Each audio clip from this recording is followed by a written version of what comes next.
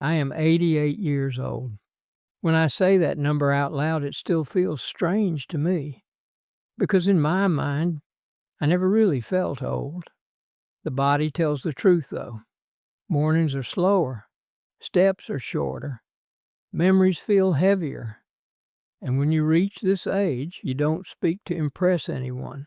You speak because time no longer allows silence. I'm not here to motivate you. I'm not here to sound wise. And I'm certainly not here to teach you how to succeed. I'm speaking because I learned something most people only understand when it's already too late. You believe you have time. I believe that too. When I was young, I thought life was long.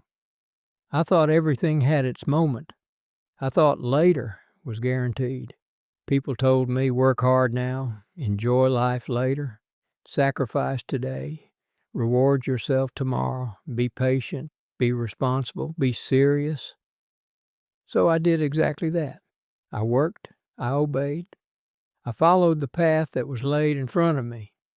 And while I was doing everything right, time was quietly leaving. Time doesn't make noise. It doesn't warn you. It doesn't threaten you.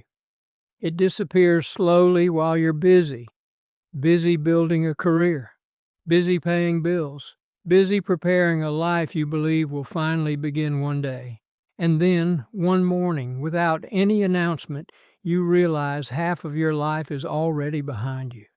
That realization doesn't scream, it whispers. And that's what makes it dangerous. At my age, you stop looking forward. You start looking at what you missed. And let me tell you something important. Regret doesn't look like people imagine. It's not loud. It's not dramatic. It's quiet. And it stays with you. It's not the mistakes. It's not the failures. It's not the wrong decisions. The deepest regrets are the moments that never happened. I don't regret the money I lost. I don't regret the jobs that didn't work out. I don't even regret the risks I took. I regret the phone calls I never made, the visits I postponed, the simple words I never said.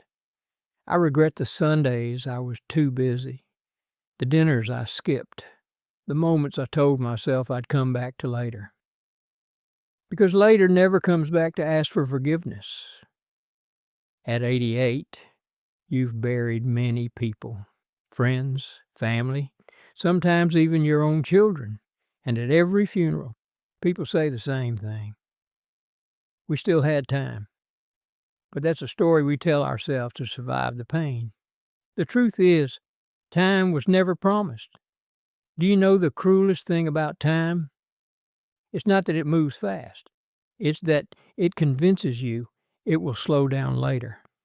At 20, you say, I have time. At 30, you say, not right now. At 40, you say, after this phase. At 50, you say, one day. And when you reach my age, you realize you spent your life negotiating with something that never listened. Time does not negotiate. It takes, quietly, consistently, without emotion. You were lied to about success. You were taught that a good life is built on achievements. More money, more recognition, more status. I achieved those things. And I can tell you something most people are afraid to admit. Success doesn't fulfill you. It distracts you. It keeps you busy. It gives you temporary validation. But it doesn't replace a life lived consciously. I've seen respected men die completely alone. I've seen powerful people who were absent from their own lives. They had everything except the time they wasted chasing it. And the saddest part is, they only understood this at the very end. At my age, priorities become painfully simple. You no longer try to impress anyone. You no longer try to prove anything. You look for peace. You look for real conversations, unrushed moments, honest presence, and you realize something painful. These things were available your entire life. You just didn't choose them. Let me ask you a question. If your life ended tomorrow, not in 10 years, not in 30 years tomorrow, would you be satisfied, not proud, not admired, satisfied? If that question makes you uncomfortable, pay attention. Discomfort is information. People think talking about death is depressing.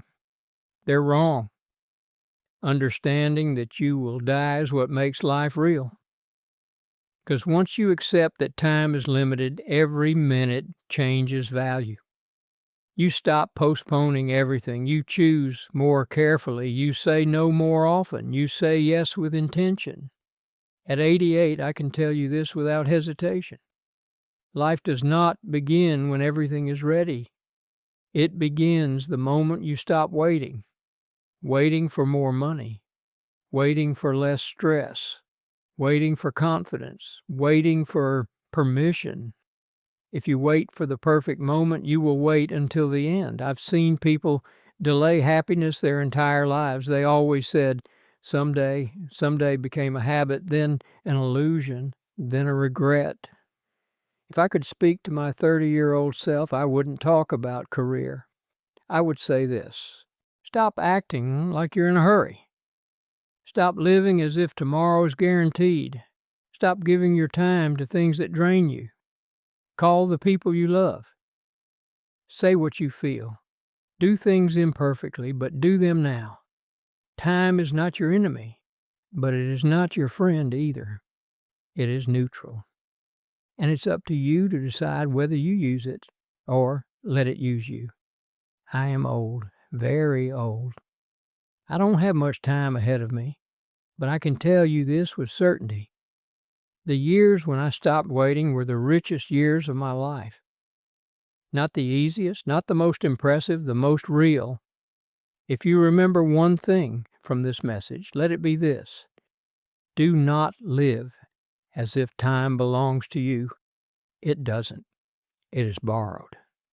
And every day you wake up is a debt you must honor by truly living. Time is watching you. What are you going to do today that you don't want to regret tomorrow?